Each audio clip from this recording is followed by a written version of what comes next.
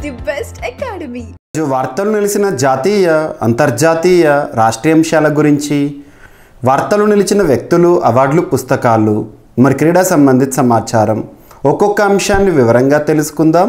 ఈరోజు first topic వచ్చేసి ఇటీవల ఒడిషా రాష్ట్ర ప్రభుత్వం ఒడిషాలో ప్రస్తుతం ఎవరు అధికారంలో ఉన్నారు? బీజేపీ పార్టీ అధికారంలో ఉంది. ఒడిషా రాష్ట్ర ముఖ్యమంత్రిగా మోహన్ చరణ్ మాజీ గారు విధులు నిర్వర్తిస్తున్నారు. ఒడిషా రాష్ట్ర ప్రభుత్వం తీసుకున్న నిర్ణయం ఏంటంటే ఆ రాష్ట్రంలో అన్సీజనల్ రెయిన్ ఏదైతే ఉంటుందో అంటే కామన్గా వర్షాకాలంలో వర్షం పడడము మనం చూస్తూ ఉంటాము. కానీ కొన్ని సందర్భాల్లో మనకి పంట చేతికి వచ్చే సమయంలో కానివ్వండి ఇటువంటి సమయంలో అన్సీజనల్గా రెయిన్ని చూసే అవకాశాలు కూడా కొన్ని ప్రాంతాల్లో ఉంటాయి. చెడగొట్టు వానలు అంటాం మన ప్రాంతాల్లో తెలుగులో చెప్పాలంటే. అటువంటి అన్సీజనల్ రెయిన్ఫాల్ని లేదా అన్సీజనల్ రెయిన్ని డిజాస్టర్గా ఇటీవల గుర్తిస్తూ ఏ రాష్ట్ర ప్రభుత్వం వార్తల్లోకి వచ్చిందంటే ఒడిషా రాష్ట్ర ప్రభుత్వం. మరి అన్సీజనల్ రెయిన్ వల్ల ఎవరు నష్టపోతారు? రైతులు నష్టపోతారు. ఎందుకంటే పంట చేతికి వచ్చే సమయంలో వర్షాలు పడ్డాయి అనుకోండి, ఆ పంట మొత్తం కూడా నీటి పాలైపోతుంది, పనికి రాకుండా పోతుంది. రైతు ఎన్నో రోజులు కష్టపడ్డ పంట అలా నీటి పాలవ్వడము మనం చూస్తూ ఉంటాం పేపర్లో కూడా. సో అటువంటి కండిషన్ని రైతులకు బెనిఫిట్ చేయడంలో భాగంగా అన్సీజనల్ రెయిన్ని ఒక డిజాస్టర్గా గుర్తిస్తూ ఒడిషా రాష్ట్ర ప్రభుత్వం వార్తల్లోకి వచ్చింది. ఒడిషాలో బీజేపీ అధికారంలో ఉంది. నెక్స్ట్ వచ్చేసి జీడిపి, గ్రాస్ డొమెస్టిక్ ప్రోడక్ట్. ఇక జీడిపి గురించి డెఫినేషన్ తరచు మనం చూస్తున్నాం. It is the final value of all the goods and services that are produced within the boundaries of the particular country within the given financial year. ఒక ఆర్థిక సంవత్సర కాలంలో ఒక దేశ సరిహద్దు లోపల ఉత్పత్తి అయ్యే అంతిమ వస్తు సేవల విలువని ఆ దేశ జీడిపిగా మనం చూస్తూ ఉంటాము. స్థూల దేశీయోత్పత్తి అంటాము. మరి జీడిపిలో విదేశీ సంస్థలు కూడా కన్సిడర్ చేస్తారు, ఎందుకంటే ఇక్కడ బౌండరీ అనేది క్రైటీరియా. ఇక జీడిపికి సంబంధించి మనం అంచనా వేయడానికి తరచూ వార్తల్లో ఏదో ఒక అంశం మనం చూస్తూ ఉంటాము. ఇక్కడ అబ్జర్వ్ చేస్తే జీడిపిని లెక్కించేటప్పుడు కాన్స్టాంట్ ప్రైజెస్లో కరెంట్ ప్రైజెస్లో రెండిట్లో కూడా చూస్తూ ఉంటాము. కరెంట్ ప్రైజెస్ అంటే ప్రస్తుత ధరలలో నామినల్ జీడిపి వస్తుంది. అదే కాన్స్టాంట్ ప్రైజెస్ అన్నాం అనుకోండి, రియల్ జీడిపిని లెక్కించడానికి బేస్ ఇయర్ అనేది ఉంటుంది. బేస్ ఇయర్ ఆధార సంవత్సరం అని చెప్పేసి ప్రస్తుతం జీడిపిని లెక్కించడానికి దేని ఆధార సంవత్సరం తీసుకుంటున్నాం మనం? 2011-12 బేస్ ఇయర్. దీన్ని ఇటీవల అఫీషియల్గా మార్చారు. ఎక్కడికి మార్చారంటే 2022-2023 అనేది జీడిపిని లెక్కించడానికి ఇక బేస్ ఇయర్గా పరిగణిస్తారు. గుర్తుంచుకోండి, అఫీషియల్గా ఇది వార్తల్లోకి వచ్చింది. బేస్ ఇయర్ మార్పు అనేది ఎగ్జామినేషన్లో అడుగుతారు.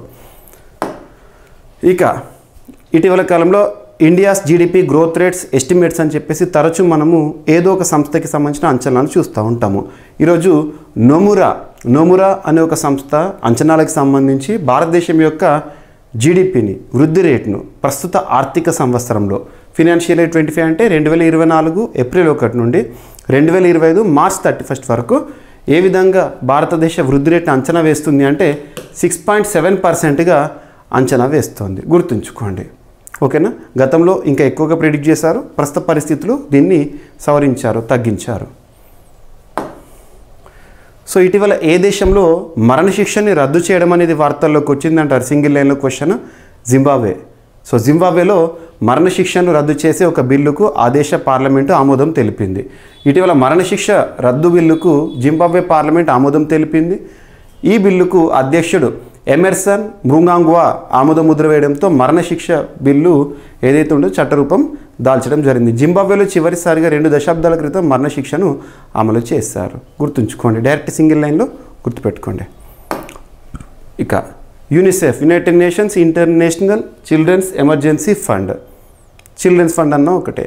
సో యూనిసెఫ్ ఐక్యరాజ్య సమితికి అనుబంధంగా పనిచేస్తుంది. ఇటీవల ఇథియోపియా దేశానికి సంబంధించిన కొన్ని గణాంకాలు రిలీజ్ చేసింది. వాస్తవానికి మరి వేరే దేశానికి సంబంధించిన గణాంకాలు మనకు అవసరం అంటే కొన్ని ఇంపార్టెంట్ ఏంటంటే ఎడ్యుకేషన్ రిలేటెడ్గా కానివ్వండి, పావర్టీ రిలేటెడ్ కానివ్వండి, అందులో కూడా చిన్న పిల్లలు విద్యా వ్యవస్థకి దూరం అవ్వడము, ఆకలి కేకలు పెట్టడం ఇటువంటి మనకు ఇంపార్టెంట్. సో ఇథియోపియా దేశంలో దాదాపు 9 మిలియన్లకు పైగా చిన్నారులు స్కూల్ ఎడ్యుకేషన్కి దూరంగా ఉన్నారంట. చిల్డ్రన్ అవుట్ ఆఫ్ స్కూల్ అంటే పాఠశాలకు వెళ్ళలేని పరిస్థితులు ఉన్నారని ఎవరు చెప్తున్నారు? యూనిసెఫ్ ఇటీవల రిలీజ్ చేసిన నివేదిక పేర్కొంటున్న గణాంకాలు. గుర్తుపెట్టుకోండి. ఇక నెక్స్ట్ వచ్చేసేసి రూరల్ డెవలప్మెంట్ మినిస్ట్రీ, గ్రామీణాభివృద్ధి మంత్రిత్వ శాఖ అంటాము. సో రూరల్ డెవలప్మెంట్ మినిస్ట్రీ భారతదేశంలో ప్రస్తుతము ministry of rural development and agriculture, వ్యవసాయ శాఖ మంత్రిగా ఎవరు విధులు నిర్వర్తిస్తున్నారు? శివరాజ్ సింగ్ చౌహాన్ గారు. సో ఏం చెప్తున్నారంటే భారతదేశంలో ఒక target, rural development ministry determined to make villages poverty free in 2025. భారతదేశంలోని అన్ని గ్రామాలు కూడా పేదరిక రహిత గ్రామాలుగా ఉండాలి అని చెప్పేసి కన్సర్న్ మినిస్టర్ శివరాజ్ సింగ్ చౌహాన్ గారు చెప్పిన అంశము. So rural development minister Shivraj Singh Chouhan has said his ministry is determined to make the villages poverty free this year. గుర్తుపెట్టుకోండి. సో ఇటువంటి టార్గెట్స్ ఇస్రోకి సంబంధించి కానీ వివిధ మంత్రిత్వ శాఖలకు సంబంధించి కానివ్వండి ఎగ్జామినేషన్ పాయింట్ ఆఫ్ వ్యూలో అడిగే అవకాశాలు ఉంటాయి. అండ్ వార్తలు నిలుస్తున్న న్యూ ప్లాంట్ స్పెసీస్ కానివ్వండి, యానిమల్ స్పెసీస్ కానివ్వండి, ఎగ్జామినేషన్ పాయింట్ ఆఫ్ వ్యూలో గుర్తుపెట్టుకోవాలి. ఎలా గుర్తుపెట్టుకోవాలి? సైంటిఫిక్ నేమ్ ఆధారంగా గుర్తుపెట్టుకోవాలి. ఎగ్జామినేషన్లో అడుగుతారు. ఇటీవల వార్తల్లోకి వచ్చిన టాపినోమా అనేలే అనేది ఒక అంటాడు. ఫ్రాగ్ స్పెసీసా, యాంట్ స్పెసీసా, లేదా రెప్టైల్ స్పెసీసా, ఇటువంటి అడుగుతారు. సో ఇక్కడ ఇది ఒక కొత్త రకమైన యాంట్ స్పెసీస్, చీమల్లో ఒక రకము. దీని ఆనవాళ్ళను ఇటీవల వెస్టర్న్ ఘాట్స్లో గుర్తించడం జరిగింది కర్ణాటక, గోవా శాస్త్రవేత్తలు. మరి ఏ ప్రాంతంలో దీని ఆనవాళ్ళను గుర్తించారంటే కొడగు ఎక్కడ ఉంది? కర్ణాటక. వెస్టర్న్ ఘాట్స్లో కనుగొనబడిన కొత్త యాంట్ స్పెసీస్ ఇటీవల వార్తల్లోకి వచ్చింది. దాని సైంటిఫిక్ నేమ్ ఆధారంగా గుర్తుంచుకోండి, టాపినోమా అనేలే. నెక్స్ట్ ఇటీవల రకరకాల వ్యాధుల వార్తల్లోకి వచ్చినాయి. యుగాండాలో డింగా అని చెప్పేసి, చైనాలో కొత్త వైరస్ వ్యాధి అనేది ఇటీవల ప్రబలుతోంది. ఇటువంటి మనం చూడాలి. మార్బర్గ్ వైరస్ డిసీజ్ కానివ్వండి, రువాండాలో ఇటీవల వార్తల్లోకి వచ్చింది, ఇటువంటివి. సో ఇక్కడ అబ్జర్వ్ చేస్తే ర్యాబిట్ ఫీవర్ డిసీజ్ లేదా దీని పేరు ఏంటంటే టులారెమియా. ఇటీవల టులారెమియా అనే ఒక డిసీజ్ వార్తల్లోకి వచ్చింది. ఏ ప్రాంతంలో సివియర్గా ప్రభావాన్ని చూపిస్తూ అంటే యునైటెడ్ స్టేట్స్ ఆఫ్ అమెరికాలో. అండ్ రానున్న కుంభమేళ ప్రతి 12 ఒకసారి జరిగే కుంభమేళ ఏదైతే ఉంటుందో ప్రతిష్టాత్మకంగా చూస్తాము, హిందూ సంస్కృతిలో భాగంగా చూస్తాము. ఇక్కడ ఉత్తరప్రదేశ్ తరచూ వార్తల్లోకి వస్తుంది. సో ప్రయాగ్రాజ్లో వెదర్ అప్డేట్ కోసము ప్రత్యేక చొరవ తీసుకుంటున్నారు ప్రభుత్వము. సో మహాకుంభమేళాకు ప్రయాగ్రాజ్ రెడీ అవుతోంది. ఈ నెల జనవరి నెల 13 నుంచి ఫిబ్రవరి 26 వరకు 45 రోజుల పాటు నిర్వహించనున్న ఈ ఉత్సవానికి 40 కోట్ల మంది భక్తులు వస్తారనే అంచనాల నేపథ్యంలో అధికారులు పెద్ద ఎత్తున ఏర్పాట్లు చేస్తున్నారు. ఈ క్రమంలోనే ప్రయాగ్రాజ్కు వచ్చే భక్తులు ఎప్పటికప్పుడు అక్కడ వెదర్ అప్డేట్ గురించి తెలుసుకునేందుకు ఇండియా మెట్రలాజికల్ డిపార్ట్మెంట్ ప్రత్యేక ఒక వెబ్ పేజీని స్టార్ట్ చేసింది. ఐఎండీ వారు గుర్తుంచుకోండి. ప్రతి 15 నిమిషాలకు ఒకసారి ప్రయాగ్రాజ్లో వాతావరణం గురించి తెలుసుకోవచ్చని చెప్తున్నారు. నెక్స్ట్ వచ్చేసి ఢిల్లీ రానున్న ఎన్నికలు మనందరికీ తెలుసు. ఈ దృష్టిని పెట్టుకొని అక్కడ ఒక ప్రత్యేకమైన చొరవలు కూడా వార్తల్లోకి వస్తున్నాయి. ఢిల్లీ గవర్నమెంట్ లాంచెస్ పూజారి గాంధీ సమ్మాన్ రషీ స్కీమ్. ఇటీవల పూజారి గాంధీ సమ్మాన్ రషీ స్కీమ్ ఏ ప్రాంతానికి సంబంధించి వార్తల్లోకి వచ్చిందంటే ఢిల్లీ కేంద్రపాలిత ప్రాంతం. మరి కేంద్రపాలిత ప్రాంతంలో కూడా అసెంబ్లీ ఉంది. మీకు 69th కాన్స్టిట్యూషన్ అమెండ్మెంట్ ఇవన్నీ కూడా ఐడియా ఉండి ఉంటాయి. సో ఢిల్లీ అసెంబ్లీతో కూడిన కేంద్రపాలిత ప్రాంతము. ఆమ్ ఆద్మీ పార్టీ అధికారంలో ఉంది. ప్రస్తుతం అతిషి గారు ముఖ్యమంత్రిగా విధులు నిర్వర్తిస్తున్నారు. ఈ స్కీము ఎవరికి సంబంధించిందంటే పండిట్స్, పూజారీస్ ఉంటారు కదా ఢిల్లీలో, వాళ్ళు టెంపుల్స్లో పనిచేసేవారు ఎవరైతే ఉంటారో వారి కోసం ప్రత్యేకంగా 18,000 రూపాయల ఆర్థిక సాయం ప్రతి నెల చేసే ఒక ఇనిషియేటివ్. నెక్స్ట్ తెలంగాణ రాష్ట్రానికి సంబంధించి గ్రీన్ హైడ్రోజన్ ప్లాంట్కి ₹1 సబ్సిడీ అని చెప్పేసి ఒక అంశము. కొత్త గ్రీన్ ఎనర్జీ పాలసీని రూపొందిస్తుందట రాష్ట్ర ప్రభుత్వము. తెలంగాణలో కాంగ్రెస్ అధికారంలో ఉంది. తెలంగాణలో హరిత ఇంధనాన్ని ప్రోత్సహించేందుకు రాష్ట్ర ప్రభుత్వం కొత్త పాలసీని రూపొందిస్తోంది. 2030 నాటికి 20,000 మెగావాట్ల గ్రీన్ ఎనర్జీని ఉత్పత్తి చేయాలని లక్ష్యంగా పెట్టుకున్న ప్రభుత్వము సంబంధిత ముసాయిదాపై ఇటీవల సంబంధిత భాగస్వాములు వాటాదారులతో సంప్రదింపులు జరుపుతోంది. గుర్తుంచుకోండి.